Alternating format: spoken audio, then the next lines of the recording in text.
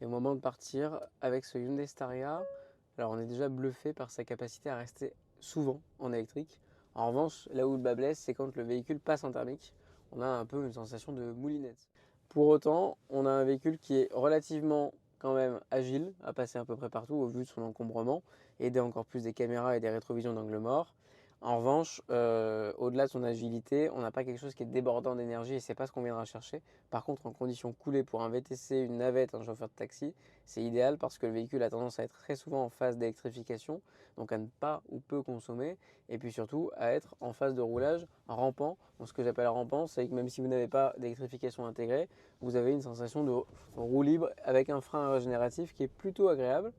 Le véhicule reste confortable, c'est assez bluffant d'ailleurs, le côté confort. Par contre, on a plus l'impression, et c'est bizarre, que cette navette a été conçue pour son conducteur en termes d'équipement embarqué et en termes de confort.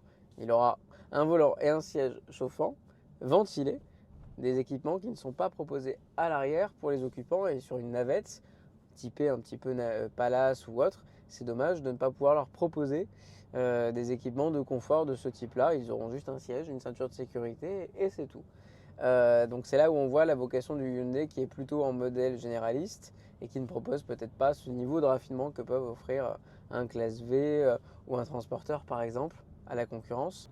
La consommation en phase thermique va s'envoler, mais vous voyez, il est repassé quasiment instantanément en électrique et dans ces cas-là, on vient temporiser la consommation moyenne. Ça c'est plutôt bien.